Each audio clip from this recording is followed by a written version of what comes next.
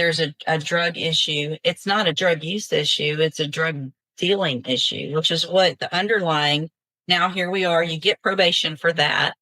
And 3 weeks later, you're dealing drugs again.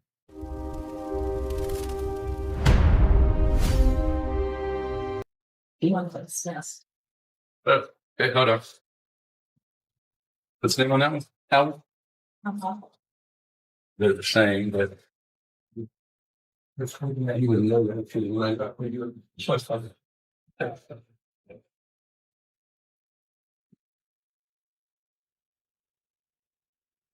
All right, you're Jason Adams.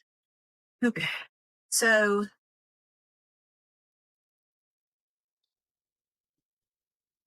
Mr. Jones has two cases. We've got cause number 26, DCR 0340, which is a new offense of possession of a controlled substance, a second-degree felony.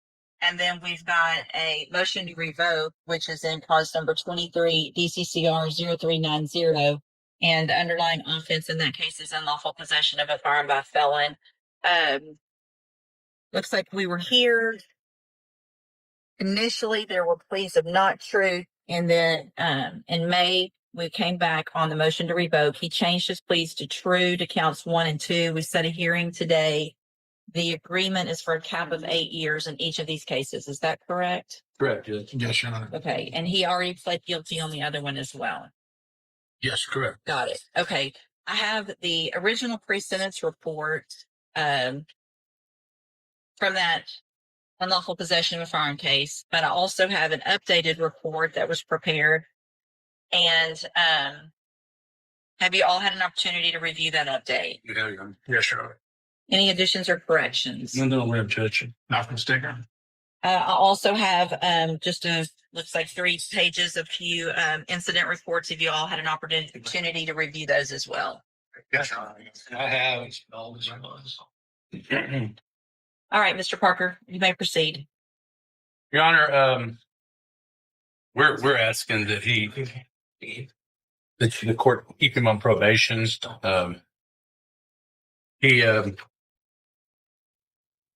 He wants the opportunity to prove he can complete it. We're asking that you let him serve the ISF track cognitive to make him help better decisions, and also putting him in the HDI program where he's tested regularly. And I mean, then it's, we know whether he's using drugs, but drugs has apparently been the problem on his underlying case. I think he wants to address the court, Judge. Give me just a second, and then I'll let you do that. I'm printing a PC. Go ahead, Mr. Jones. Brought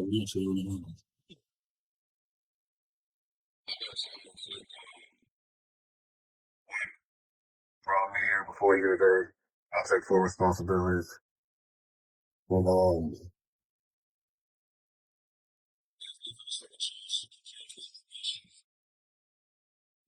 I just need a chance to prove to you, your family, my children, I can be not a liability to my community, but an asset. I had things going on before I got locked away and started a business. And I'm a single parent. Getting my license and my diploma like you asked me to do. So just asking for another chance to get that done. In just a second to review this, and then I'll let you go, Mr. Nichols.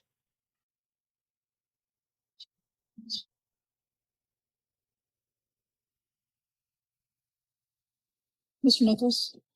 Judge, when we entered the pleas of true, that was in right before we were about to have a hearing to prove up a new allegation. I'll summarize for the court what that would have shown.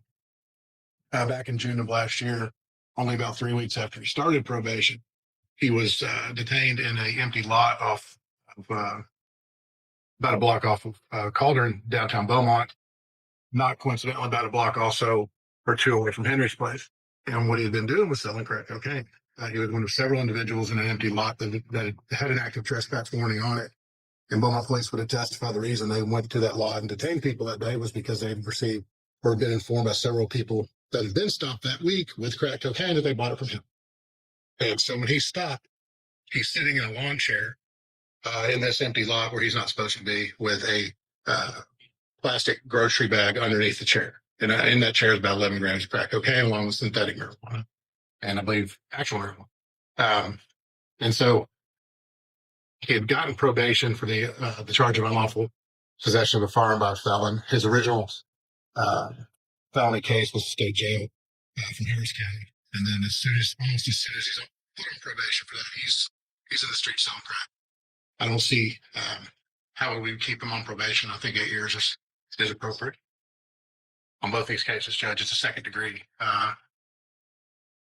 amount. So in any case, you plead guilty to. So here's the issue that I have, Mr. Jones. Mr. Parker's argument that there's a drug issue. It's not a drug use issue. It's a drug dealing issue, which is what the underlying case had to do with as well. When you were pulled over for that and you got the case of the unlawful possession of a firearm by a felon, you were found in possession of the Glock 9mm with a chambered round, green marijuana in the center console, another bag in the cup holder, and then another 4 bags and a scale and a second firearm in the car, again chambered with rounds in it. Another magazine under the driver's seat and another magazine in the center console.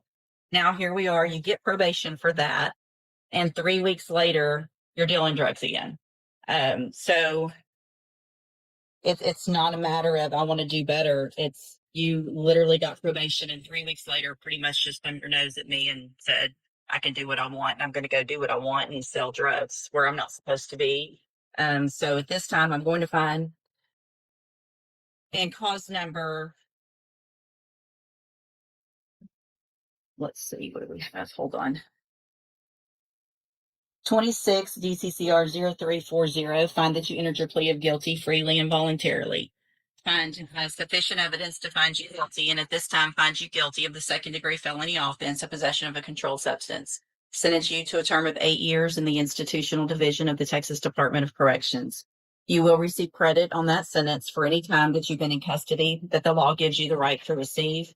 And cause number 23 DCCR 0390, going to find that you entered your pleas of true to count 1 and 2 freely and voluntarily. Find those counts true. At this time, find sufficient evidence to find you guilty of unlawful possession of a firearm by a felon. Find you guilty of that. Sentence you to a term of 8 years in the institutional division of the Texas Department of Corrections. You will also receive credit on that sentence for any time that you've been in custody that the law gives you the right to receive. These cases will run concurrently, which means together at the same time. I'm handing you the trial court certification in each of those cases that shows that these were agreements that I followed, and so you waived your right to appeal. I also handed you a written admonishment regarding your ineligibility to possess a firearm or ammunition. Obviously, you know this, but I'm required to read it. Because of the judgments entered against you, you're ineligible under Texas law to possess a firearm or ammunition. Possession of a firearm or ammunition could lead to charges against you. Do you have any questions about the laws that make you ineligible to possess a firearm or ammunition, or how long that lasts? You can talk with Mr.